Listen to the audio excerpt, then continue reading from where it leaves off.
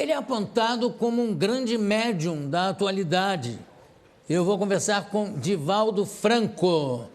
Venha!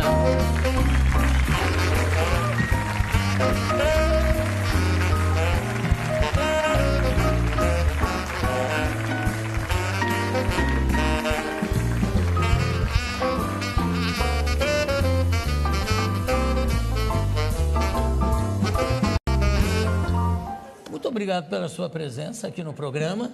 Mas é um prazer imenso. É o lançamento do livro, Divaldo. Sim. Ana Landi. Agora explica um pouco para a gente, esse livro foi psicografado, por acaso? Não, é jornalista, é um livro biográfico. Ela passa uma temporada conosco, procurou acompanhar as nossas atividades sociais, também as atividades mediúnicas. Editora Bela, perdão. Exatamente. Depois, ela elaborou o livro, publicamos no ano passado, ela publicou aqui na Saraiva, demos autógrafos. Sim. E agora temos o prazer de estar com você. Imagina, o prazer aqui. Um grande prazer. É todo meu. Quando é que você começou a sentir essas manifestações de espíritos, vamos chamar de espíritos por falta de encontrar um nome mais apropriado, não é?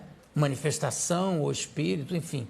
Quando é que começaram a se manifestar através de você? Quando eu contava 4 anos, nossa família muito católica, no interior da Bahia, em Feira de Santana, eu estava brincando na sala e se adentrou uma senhora estranha e me disse: chama Ana, que é minha mãe. Eu achei natural, chamei minha mãe, que estava na cozinha, e quando ela veio, eu digo: tem aqui uma senhora que lhe quer falar. E minha mãe, não percebendo o caso, me reclamou, pensou que era uma brincadeira, me puxou a orelha, que naquele tempo podia, né? Agora não pode mais, e se voltou para a cozinha. Então a senhora disse: Di, que é meu nome de família, chame Ana, diga que é Maria Senhoria, eu sou sua avó. Mas eu não entendia nada disso aos 4 anos. Meus avós, todos 4, já haviam morrido, eu não sabia. Eu voltei a chamar minha mãe. Quando ela veio, eu digo: olha, a mulher está dizendo que é Maria Senhorinha e quer falar com a senhora. Minha mãe teve um choque, porque ela nunca havia falado o nome de sua própria mãe. Quando ela nasceu, a mãe morreu de infecção puerperal e ela foi atendida por uma irmã mais velha. Ela ficou assustada: mas como você sabe isso? Eu digo: a senhora está aqui. Mas ela não havia. Então me pegou e levou à casa da minha tia e disse: esse menino enlouqueceu, ele está dizendo que mamãe está lá. Minha tia então perguntou como é que era ela. Eu lembro vagamente, a saia arrastava, tinha algo na cintura e chamou minha atenção qualquer coisa que tinha aqui. Quando eu descrevi, minha tia disse: olha, é mamãe, porque esse é um camafeu que eu coloquei no seu cadáver. Então, procure saber o que é que ela quer. E as duas ficaram com medo, me deixaram Procure saber o que é que ela... Vai lá. Vai lá. Jogaram o pobre do órfão. E então, eu não me lembro o que aconteceu. Aconteceu um fenômeno psíquico qualquer, eu perdi a consciência. A partir daí, João, eu me tornei uma criança mais ou menos especial. E meu pai era muito severo. Muito especial, como mais ou menos. E aí? Porque eu via coisas que os outros não viam. Via crianças, especialmente um indígena brasileiro que dizia chamar-se Jaguaraçu. E nós brincávamos muito, e eu tinha a impressão que era uma criança como outra qualquer. Você brincava com esse índiozinho? Trepava nas árvores, corria pelo quintal, aquelas casas de quintais muito grandes. E ele trepava nas árvores junto com você também? Então, sempre chegava na frente. Bom, E eu ficava surpreso. E assim, ué, como é que você subiu antes de mim? Eu dizia assim: fenômeno, fenômeno. Mas eu não sabia o que era fenômeno, o índiozinho Jaguaraçu. Quando eu completei lá pelos 7 anos, eu comecei a perceber que eu via muitos outros seres que os meus pais não viam. E então aí criaram-se muitos problemas, porque eu era muito católico, estava sempre na religião, confessava, e o padre terminou por dizer que aquilo era uma influência demoníaca, que o demônio estava desejando... Essas influências são sempre consideradas demoníacas. É uma coisa absurda, não é? Porque nunca me havia proposto nada negativo. E então ele exigia que eu tivesse uma vida reta. Aos 7 anos eu tinha mais do que reta, não podia ter uma vida oblíqua naquela oportunidade. E então ele disse: olha, ore muito. E eu orava. Quanto mais orava, piorava. Porque eu me concentrava, entrava num mundo psíquico mais forte. Por fim, aos 12 anos, eu briguei com Deus. Porque eu disse para ele: você não aguenta o diabo, como é que eu vou aguentar? Se você que criou o diabo não aguenta, como é que eu vou aguentar? Faço de tudo, oro, confesso, comungo. Nesse ínterim eu adoeci. Morreu um irmão meu e eu fui ver ele estava caído no meio da rua e eu tive um impacto muito grande. Voltei para casa, avisei os meus pais e fiquei sentado. Aquele tempo não havia necrópsia nem nada no interior da cidade, só havia um médico. Ele foi levado para a sua casa, que era casado e morava perto de nós. E então, mais ou menos às 8 da noite, minha mãe disse assim: meu filho, vamos fazer o velório, vamos orar o terço de Nossa Senhora. Nós tínhamos uma mesa muito grande, porque nós éramos 13. E então, aquela mesa, 13 filhos. 13 filhos. Com meu pai e minha mãe, 15. Era assim muito tranquilo. Era o primeiro laboratório da minha vida. E então, naquele momento, eu me quis levantar e não pude. Tentei outra vez e não pude. Quando minha mãe me puxou, eu caí. E então foi chamado o médico, ele disse: é um trauma. Foi o choque. Se ele tomar outro choque, ele fica bom. Meus irmãos eram muito inteligentes e me aplicaram o choque elétrico. Não sabiam que era um choque psicológico. E então eu não morri porque eu não estava no programa. Então me assustavam essa coisa do interior. Por fim, no dia 5 de dezembro de 1944, foi levada à nossa casa uma senhora. Ela me olhou detidamente e disse: mas este menino não tem nada. Eu digo: nossa, que surra que eu vou tomar. Eu estava ali acamado desde o dia 23 de junho até 5 de dezembro. Meu pai era do temperamento da psicologia. E lá em casa nós tínhamos um psicólogo pendurado atrás da porta. Qualquer coisa tinha uma sessão de psicoterapia e a gente ficava ótimo, sem recalque, sem conflito, sem nada. Agora, me desculpe, eu estou fazendo cálculos aqui pelas datas que você está me dizendo. Desculpe a minha brutal falta de sensibilidade ou de educação, mas com quantos anos você está? Que idade você tem? 89. Se a gente passar a mão e você pega isso, não? Não, mas eu transfiro com muito prazer para você. O restante que houver, nós dividimos. Olha que louco. Podemos fazer uma boa parceria. 89. 89 anos de 90 atividade. Quando é? 5 de maio. 90. Mas eu não acredito, Jô. De vez em quando eu olho a certidão de idade, deve ter algum engano. Porque eu não sinto nada. Sinto um prazer imenso de viver. Porque, sendo espírita, eu descobri o milagre da vida. O milagre da vida é a alegria de viver. Trabalhar, ter uma vida interior muito tranquila, fazer uma viagem para descobrir qual é o objetivo da nossa vida na Terra, encontrar o significado existencial e não se abater na hora do problema. Problemas todos nós os temos e eles nos chegam como convites ao amadurecimento espiritual e moral. Agora, desculpa, Divaldo, ou Di, sua família chama você de Di. E fico muito feliz de se chamar-me assim. Então tá bom, Di. O seguinte, você com essa aproximação que você tem com o mundo espiritual, você tem alguma noção, já te foi dito, acho que não, mas já te foi dito quando você deve se preparar para embarcar, para ir para o outro lado? Né? A proposta é: esteja preparado para qualquer momento. Porque Jesus havia dito que a hora nós não sabemos. Não pode saber. Mas eu tive uma parada cardíaca há 30 anos. E tive a chamada quase morte. Então eu vi-me fora do corpo. Fui levado para fazer exames e praticamente estava morto. Voltei. Quando eu voltei, eu tive um infarto. E nessa oportunidade, o meu cardiologista, depois de examinar, disse: olha, prepara para morrer dentro de um mês. A sua vida agora é outra. Naquele tempo eram as operações largas, fazia da gente verdadeiros frangos, né? Céu que aberto, abria céu aberto, fazia a pesquisa. E ele disse: olha, Edivaldo, se você tiver o maior repouso, você viverá mais de 30 dias. Mas não pode mais se alimentar como antes, não pode falar. Imagina, dizer isso a um baiano que não pode falar. É mesmo que condenar à morte. Porque o baiano não fala, ele fala pelos cotovelos. E você está vendo, né? E com velocidade para não perder tempo. Tá certo. E a comida, como é que ficou a restrição? Você hoje come de tudo? De tudo e do que aparece. Mas o mais importante é que eu sobrevivi e ele já morreu. Eu fui ao enterro, fiz uma oração muito bonita, agradecendo a Deus antes ele do que eu. É natural, claro. Já que Deus resolveu. Morreu antes Deus ele do que eu. Exatamente. É uma poesia popular. E então aqui estou, mas estou muito feliz.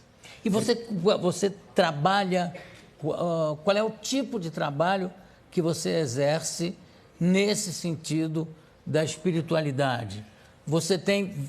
Eu não sei como usar essa nomenclatura e, de repente, falar uma coisa absolutamente errada. Mas é um centro espírita que você tem? Nós fundamos um centro espírita em 1947. Sei. Mas Aonde como é? cidadão, em Salvador. Como cidadão, eu trabalhei para uma autarquia do governo, que era o IPASE. Hoje são 4 letrinhas muito queridas, INSS. Todo brasileiro gosta dessas letras, né? Porque isso faz parte da felicidade. Então, trabalhei para o Instituto, aposentei-me em 1980 e dediquei tempo integral ao Espiritismo. E como é que é? Você tem... É um local... Nós temos uma Você comunidade. recebe pessoas... Recebemos. Nós educamos crianças. Somos pioneiros na América Latina com os lares substitutos. Nós tínhamos uma casa grande, um lar, um orfanato convencional. Depois nós criamos os lares substitutos e hoje temos uma comunidade que recebemos diariamente mais de 5.000 pessoas. Mas você faz, por exemplo, você tem o dom da cura, vamos dizer assim, não? A cura todos nós temos, João. Porque é uma energia que nós possuímos, todos nós. Quantas vezes alguém chega até você indisposta, lhe aperta a mão e você transmite algo, a pessoa diz, mas foi tão bom estar com o Jô. Essa irradiação de simpatia, de alegria de viver, é transmitida como também de pessimismo. Uma pessoa chega, lhe aperta a mão e lhe transmite uma dor de cabeça. Então, nós intercambiamos. A atividade das curas para nós espíritas é muito relativa à verdadeira cura interior. Porque não adianta curar-se de um mal de fora e, em próximo período, adquirir outro mal. Agora, como é que você faz de... Eu estou vendo que o seu trabalho é impressionante, inclusive, no sentido de acolher qualquer pessoa, não importa qual é o credo, enfim. Mas a gente sabe e sente que tem muito picareta nessa área, não é? Como é que você faz para combater isso? Você dá palestras, você explica alguma coisa, como é que você faz? Que eu acho que é um dever até. Já proferi mais de 13.000 conferências, em 70 países, mais de 2.500 cidades, demonstrando o falso do verdadeiro. Não é o indivíduo dizer que ele é portador do dom da mediunidade, ou que ele cura, faz isso, porque são falsários. Esses indivíduos enganam a boa-fé. O povo é muito fácil de manipular. E quando o indivíduo se apresenta com títulos de aparência grandiosa, principalmente misteriosas, sobrenatural, do fantástico, então há um mito em torno do indivíduo. E as pessoas deixam-se iludir. Graças aos ingênuos é que tem os exploradores. Claro, uma coisa não existe sem a outra. Nós procuramos demonstrar que a verdadeira cura é interior. Se eu me melhoro, eu não reflito qualquer enfermidade. Como diz a Organização Mundial de Saúde, não existem doenças, existem doentes. Pessoas predispostas às enfermidades. A função do Espiritismo é guiar o indivíduo numa ética de sabedoria, torná-lo melhor, fazê-lo cidadão, fazê-lo indivíduo comum no meio de todos, porém diferente na conduta. Certo. Nós vemos hoje a crise mundial. Não existe crise mundial, existe crise do indivíduo. Indivíduos vazios que perderam os objetivos essenciais. E esse indivíduo vazio, ele se comunica com outro e cria esse estado mórbido do pessimismo que todos estamos vivendo. Eu vou pedir para mostrar um filme que tem aqui. Não sei, acho que é um documentário que a produção, eu não vi. A produção me disse que é uma coisa espetacular, que é muito bom. Então eu queria compartilhar com a plateia, com o pessoal de casa também. Virem, solta para a gente ver, por favor. Favela do Pau da Lima, Salvador, Bahia. Em meio ao abandono da periferia, um oásis construído ao longo de 63 anos. O Portão Azul dá acesso à escola e comida a 3.500 crianças pobres e atendimento médico a 2.500 adultos, todos os dias, tudo de graça. 400 voluntários atendem à convocação do fundador. Uma verdadeira cidade com ruas, casas, biblioteca, hospital, padaria, que ele planejou e ajudou a construir. Que loucura isso! São quantas pessoas?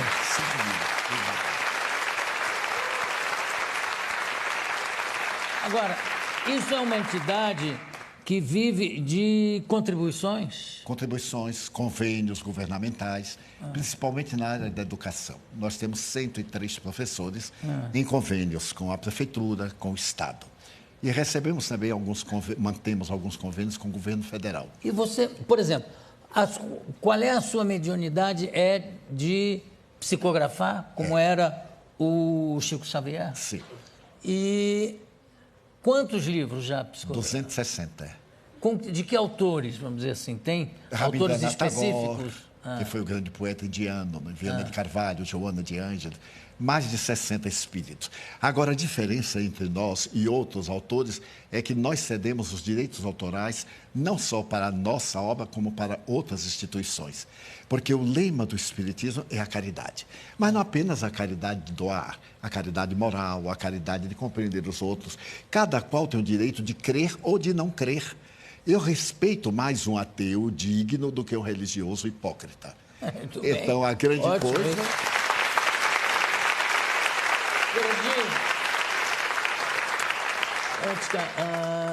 Antes que eu me esqueça, há muitos anos eu entrevistei o Chico Xavier, acho que ainda no Jô Soares 11h30. E, de repente, teve uma coisa engraçada que ele relatou uma viagem que ele estava fazendo e o avião começou a sacudir, não sei o quê, e ele teve medo de morrer. E alguém que estava com ele disse assim, ué, mas você está com medo de morrer? Eu disse, não, eu não tenho nenhum medo de morrer, mas não quero morrer agora. Sabe, não precisa ser tão imediato esse meu encontro, sabe, pode ser postergado.